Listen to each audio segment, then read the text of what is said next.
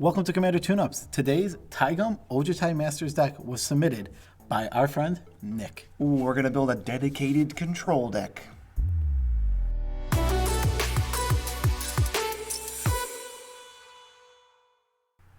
I'm your host, Joe Cherries. I'm your host, BZ, and that makes us the Nitpicking Nerds. If you didn't know, we got a series called Ranking Every Commander, but sometimes we call it Every Commander Ranked, where we rank every single commander that's ever existed. And we got 2 episodes of it already up.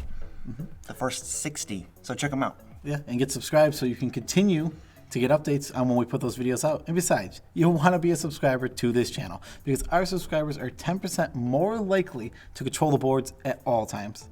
Disclaimer, our subscribers would never stoop low enough to play dirty control decks. And you know people like to control the board at all times. I mean, that's how you win. What deck is this? Our friend Nick, who has been on the show before. This is a blue-white control deck. It's blue-white control. This is a He plays it in like every format. This is an archetype that has existed in Magic for a long time. Oh yeah, it's like this isn't even like a cheesy combo deck. This is just we're playing blue-white control. Yeah, you're trying to control, and then you're trying to, once you gain control, get card advantage, which is what control does. It is. And once you do that, you try and win the game from there. So we're tuning up the deck. So let's read Taigam. Shall we? He is 2 white-blue for a 3/4. He says instants, sorceries, and dragon spells you control can't be countered. Or whenever you cast an instant or sorcery spell, if he attacked, This turn. it gains rebound. Which means you exile it, and then next upkeep, you get it for free. After he attacks, as long as he doesn't get killed in combat, your instants and sorceries will get rebound. I was thinking dragons, but dragons can't get rebound. Copying them just a little bit slower. Yeah. So It's kind of weird though because you got to balance being a control deck and attacking with a creature. So you know what it's really strong with, and this helps you to do our first category: control the board. Controlling the board. Really strong with board wipes. Which is weird because he's a creature, and you don't want to destroy your own creatures, but it lets you guaranteed clear the board for 2 turns in a row. So let's talk about some of our favorite board wipes in this deck. Time Wipe. Easily the best one. He doesn't even die. You go Time Wipe, it gains rebound. You have to connect with somebody, but you go Time Wipe, it gains rebound, bounce Taigam back to your hand, and then next upkeep, cast Time Wipe again. Nothing will be on board because your opponents aren't crazy. Then you just replay Taigam from your hand. That's so sweet. I don't think it's literally the best one. I think Hour of Revelation's actually better because this card's insane in EDH. Yeah, Hour of Revelation's pretty silly. Also, 3 white, destroy all 9-land permanents. But if there's 10 permanents in play, it costs 3 mana?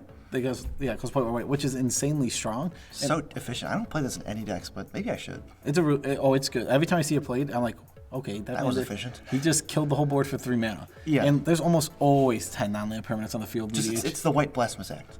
So maybe it should get more love. It literally is. I think the card should get more love. Because this is better than Blasphemous Act if you're casting it for its discounted cost. And we play Blasphemous Act all the time. So maybe we just need to give Hour of Revelation a chance. I think so. I think I should put it in more decks because that card's cool. Maybe I should because I don't have a white deck. Yeah, It can't be in any of my decks if I don't have a white deck. Nick loves miracles. So far be it for me to take the miracles out of this deck. Devastation Tide and Terminus. They're not the best cards, darn it, but they're cool. Miracles are fun to set up, and you feel really special if you can flip a Terminus for 1 mana and put all creatures on the bottom, or flip a Devastation Tide for 2 and bounce all non-land permanents. See, these 2 cards are efficient when they're cast for their and they're like Miracle they're clunky cost? but fine. I think Devastation Tide is fine at 5. I don't like Terminus at all. Terminus is bad at 6, but Devastation Tide is good at 5. Nick likes Terminus. It's also Nick loves it. What am I? Come on. It's another good card. Like when you're playing rebound and you get to make it rebound, then it's good. But you also can't miracle it in the rebound, so there's some balance to be had here. Not a big fan of the card personally, but we also need to cool. control the board with spot removal. Swords to Plowshares, Path to Exile, Reality Shift, also Return to Dust, efficient white card, and Aura of Silence. I love that card. Return to Dust is extremely good because you get 2, and then if you have that rebound, you get 2 more. Aura of Silence is just better. Oh, you don't get 2 more the second time. You get 2 then 1, so you'll get 3. Yeah, 2 then 1. Because you're going to be casting it on your upkeep. Of course. Because that's strange. Random. So maybe you want to play Crush Contraband instead. Those cards are really close, though. You probably do want to play Crush Contraband in this deck just for maximum value with your commander. Yeah, maybe.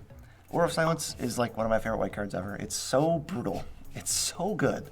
It will slow the game down, guaranteed. Oh, my decks love to rely on Artifact Ramp. Oh, do they? They do. And then Aura of Silence likes to go. You don't have yeah, you don't have any... All right, anyway.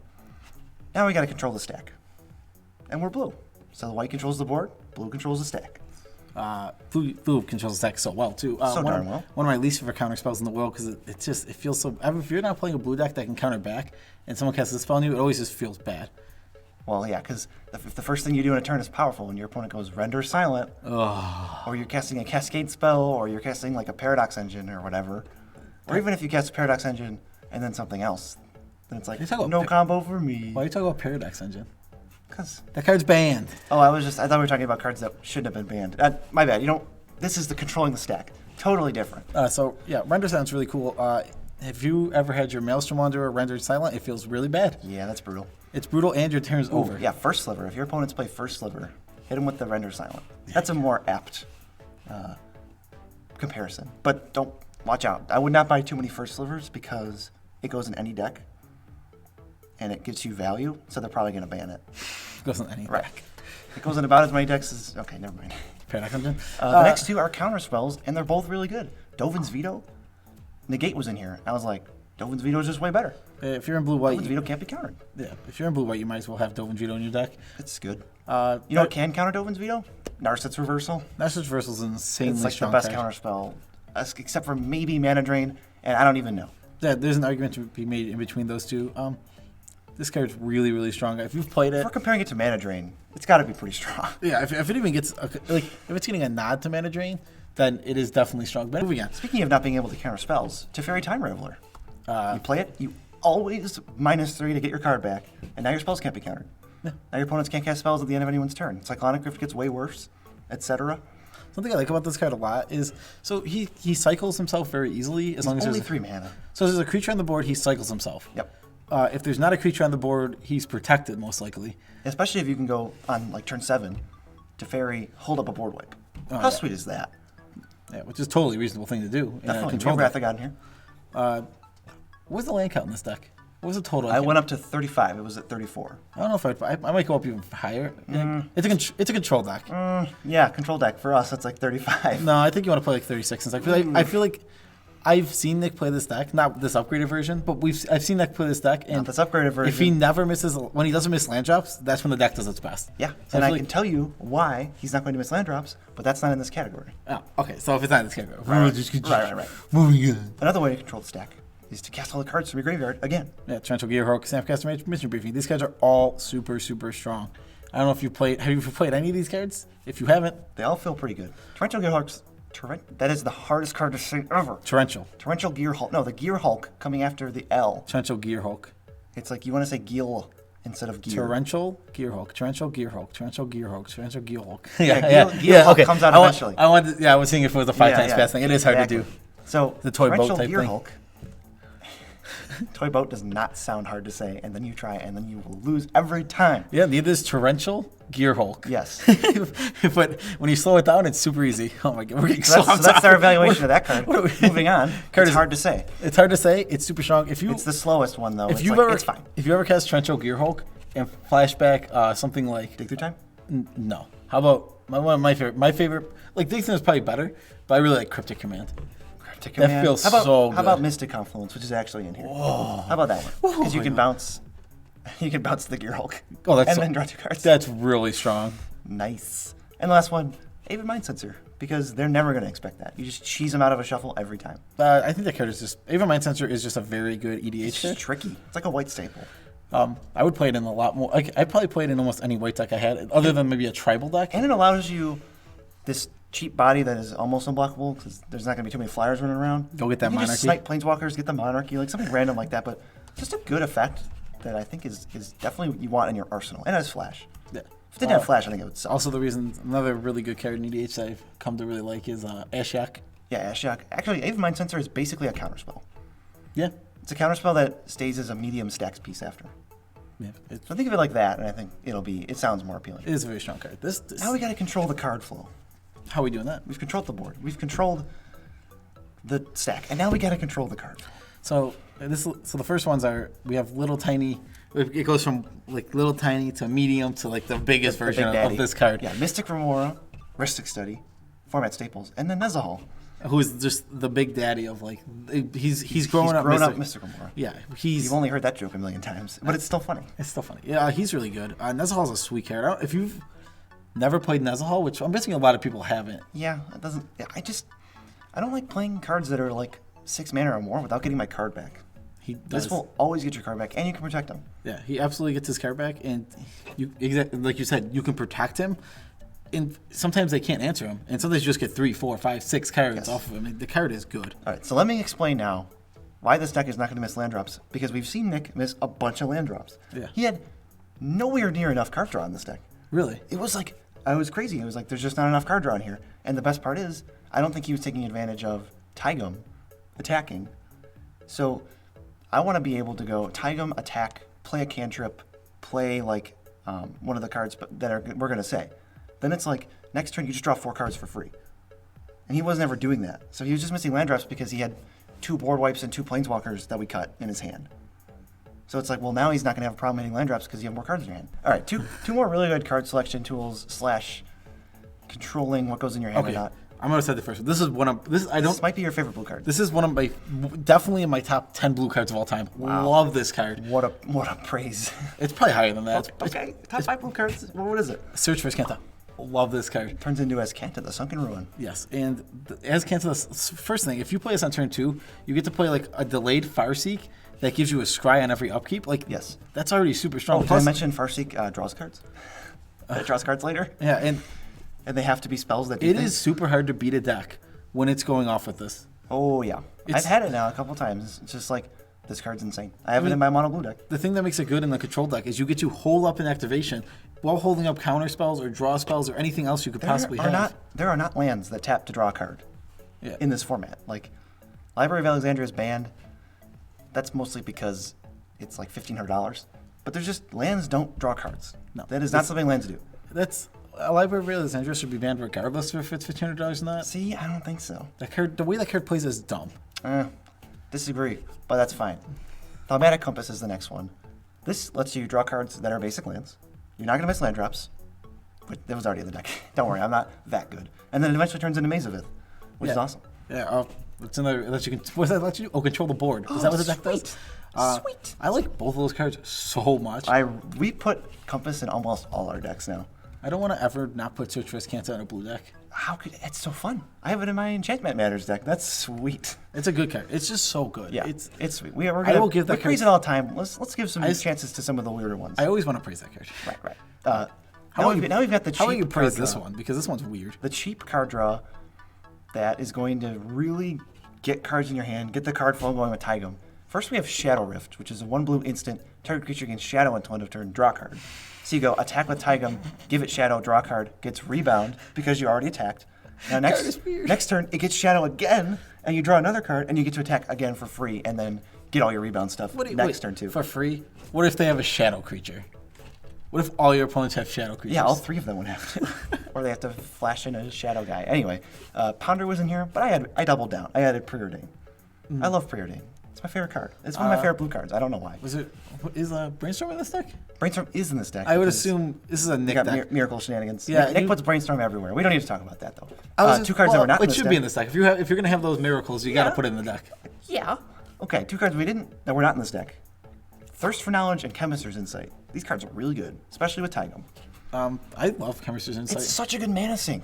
It's so good to hold up at end of turn. Yeah, and in EDH, you don't want all your cards all the time. It's a singleton format, so sometimes you just have a card you don't need. Almost all the time. Yeah, so just throw it away. Just toss 2 new ones. Like, if you don't have anything to cast, you're like, oh, I'm really flooded. You just discard a land, and you draw 2 more cards. Yeah. It's really efficient, and Thirst is just a really cheap way to go up on cards, and Taigam will double down and make you draw you more cards. Also in this deck, Blue Sun Zenith, right? Blue Sun Zenith and Sphinx's Revelation. Yeah, just 2 X spells again. Those will also feel really good. Like, they're just turning screws. They scale with the game. If they don't scale with the early game, they're terrible. In the first 6 turns, but once you're drawing 3, they're not even terrible. Once you're drawing first 3, 5 turns, because turn 6 is still fine. Playing it for 3 is pretty good. You just said that. You cut me off to say the same thing. You said they were bad in the first 6 turns. So? Well, it's a bad in the first 5 turns. No. Yes. No. You're wrong. You're allowed to be wrong, BZ. Well, we're also allowed to win the game. So let's get to the winning the game category. This is like one of the least reliable ways, but this deck can pull it off, actually. I asked Nick, what 2 cards can't I cut from this deck? Or what cards can't I cut? And he said there's only 2. Teferi, Hero of Dominaria, which is actually pretty sweet, and Approach to the Second Sun. I would have cut this. But it's in the deck. It's in there. It's not coming out. So you got to find a way. It is a win con. you're going to be targeted heavily when this is cast. You will almost assuredly lose unless you are not very far ahead. Also, the rebound does nothing. Yeah, the rebound is not. The rebound gains you 7 life. Yes, it does. But that's not why we're here. Oh, it doesn't even work. We're here. It shuffles in off the effect of the card, but it has rebound, which is also an effect of the card. No one cares. It is how you win, and you got to be prepared. You can't just play this on turn 7. You will die. You will die. They will just kill you. You got to play this on like turn 13 because this is a control deck, and then you can hold up a counter spell, maybe a board wipe, and you just got to next turn, probably next turn, you're just drawing a million cards. Yeah, not a big fan of the card. It's a slow win con, and that puts cool. a huge target on your back. I've seen people win with it. Let's be clear. I have seen the card win games. There's no doubt about that. But I've also seen much worse cards win games. I've seen Blightsteel Colossus win games. And the worst of the worst. A few moments later. I think second win con. This one's really cool. Whoa. It's so cool that I would say it's the best card in the deck. Oh, it's a Gourmet Bagel. Gourmet Bagel? Well, you mean the best card in the deck? The Gourmet Bagel is the best card in the deck because the rest of the cards, they're bread and butter. But this card is the Gourmet Bagel. As we've said. Yeah, but you gotta... What is the card? If I don't say bread and butter, it gets really confusing. Yeah, that's fair. So, Dovescape. This card's sweet. 3, blue-white hybrid, blue-white hybrid, blue-white hybrid for an enchantment.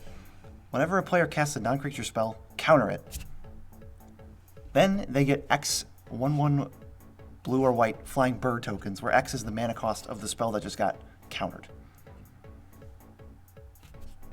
So I was like, why is this card in this deck? When I first was looking at BZ's script here, and he's like, well, because your instant sorceries can't be counted if you have Taigam out, which makes sense. Which means, let's say you cast Chemist's Insight. Okay, the way it's worded is, you cast Chemist's Insight, you get 4 birds, and then it resolves. Yeah, because it can't be countered. It's like when someone... That just feels like cheating. It's like when someone remands an Abrupt Decay. They just draw a card. Yeah, they just draw a card. And then Abrupt Decay kills the thing anyway. Yep. Super funny. It'll end games real fast. Yeah, you're going to build... Especially since your spells can't be countered, so you can counter any creature spells that would destroy Dovescape. How are you supposed to lose from that point? Yeah. No, this deck this card is very specifically bad if you're playing against some sort of Carador deck. Not if you counter the Rex Age. Well, I'm just saying it doesn't counter anything. Right, it has low ceiling against the Carador. Yeah, I'm not even saying it's bad. I'm just being silly. You're being silly. So silly. I'll read the final win con because you don't like it. It's Metallurgic Summonings. It's 3 blue for an enchantment. Whenever you cast an instant or sorcery, you make an XX construct where X is the mana cost of the instant and sorcery. Then you can pay 5 mana and exile this, and if you control 1,000 artifacts, you get all your graveyard spells back, but we're mostly concerned about making creatures. I don't like this card at all. I like it a lot in this deck. I think it's cool. It's a way to close out the game. It isn't necessarily a win count as much as it is like turn the screws, get the combat damage, make the blockers, and this could win the game, I think. If you can ever somehow get all your instant sorceries back, how are you not winning? Let's see. So, Approach the Second Sun. Yep. Don't like the card. Yep. But I've seen it win games. Yep. And I can admit that it's probably better than I think it is. But Metallurgic Summonings, I've seen it come out. I've seen it do nothing 10,000 times. And I will say I think the card is just bad. And I disagree. I think it's going to be fine in this deck. I'm not going to put it in my decks. I don't think it's like crazy good, but I just didn't take it out because I think it's a solid way to win the game. It would have been my first cut after Elspeth. First cut. Wow. Okay. It's basically just Murmuring Mystic. Yeah, I don't play that card either. It's fine. That card's not. It's Murmuring Mystic that doesn't die to board wipes. Anyway. Murmuring Mystic sucks. Dude, that's not that bad. What do you... Okay, Monastery Mentor is literally a card we both play. That card's good. This is very similar. No, it's not. How? Because it's a 6 mana do nothing enchantment. Point, it's 5 mana, and you're a control deck, so you hold up. When you wait till you don't play it on turn 5 and go, hope this survives. You play it on like turn 100, and then you just completely choke them out of the game with freaking little tokens. Card sucks. Hey, how about adds and cuts, if that even made it into the video? No. We changed a couple of the basic lands to be heavier in islands because I thought there was too many planes in the deck. Yeah, blue decks, or when you play control decks. Control, blue tends to be the heavy color. A lot of double blue. A lot of double blue. You do need white, but you need more blue. But how many whites are in Blue Sun Zenith? I think it's 3 white. Oh, okay. Well, I was wrong then. Switch it back. Switch it back. What else do we do? Cut and arrow counter spells like negate, dispel, stifle. I'm surprised Nick didn't let you cut stifle. He doesn't know yet. Nick, he'll know eventually. Let's be clear. If Nick had looked over his deck list, like looked it over, he would have said. I gave it to him to look over. He handed me the physical deck, and I'm like, "Hey, what don't you want me to cut?" And he was like, "Just these two." I'm like, "Okay." I am super surprised about the Stifle. Hey man, that's like I Nick's also cut Stifle Bird. Yeah, it's Stifle Birds. I don't like that card either. Nimble Obstructionist. Cut extra board wipes. Play the game Hollow Burial. Too expensive for low impact stuff. Not a fan. I also cut Temple of the False God. Added Myriad Landscape, and I love me some Terrain Generator in control decks. Terrain Generator is a cool card. It could just be an engine. That can be your entire first 10 turns. All you want to do is activate Terrain Generator every turn. And once you activate Terrain Generator twice, you now have spare mana to hold aside for Terrain Generator every turn. Yeah. Card's really good. Yeah. I think it's underrated. So, like we said, you cut Elspeth and you cut Jace. They're too slow. The only cool thing about Jace is if you play him before Dovescape, you can plus so their birds can't attack you. That's why I cut it, because that's the only... Isn't it still target opponent? No, I think it's when a creature attacks. Attacks you or a planeswalker you control? Yeah, or it's attacks. I don't even know. Yeah, I'm not sure either. I don't know. I don't play Jason. Neither does Nick anymore. And the last time I played Jason anything, I believe he was in standard and legal. Yep, we lowered the average CMC by 0.04. That's all I know about that. The budget of cards we added is like $40. Oh, really? Yeah, it's like nothing. We added like 16 or 17. Oh, okay. That's super low. That's why Nick didn't have a budget, and it just ended up not being expensive anyway. So good. That worked out. It's good to keep it on the budget. We had to keep 2 cards in, like you said. That was like our only restriction. We didn't have any restrictions for this deck. I'm excited to lose to this deck now. I'm not. Oh, okay. It always feels. You're not excited to lose? But yeah, when I lose, I usually feel a little worse than when I'm winning. Why don't we just make this deck worse and pretend like we're making it better? Oh, shoot. We could have done that. We could have just pretended like... That would be dishonest to our fans, though. Yeah, but... Especially since this video has been brought to you by our 15 patrons. Who are all fans. The best fans. We love every single one of you. These are our favorite people in the whole wide world. Not close. Sorry, Mom. They literally make this happen. Absolutely. We do it constantly. Literally, this is happening because of them. Without your support, we would definitely not be doing ranking every commander. Without your support, we'd be crying. So if you want to support us, go to patreon.com/user/nitpicking-nerds after we close out this video in the next 5 seconds after Joe says his thing. What am I going to say? I don't know. Peace out, Tribe Scout.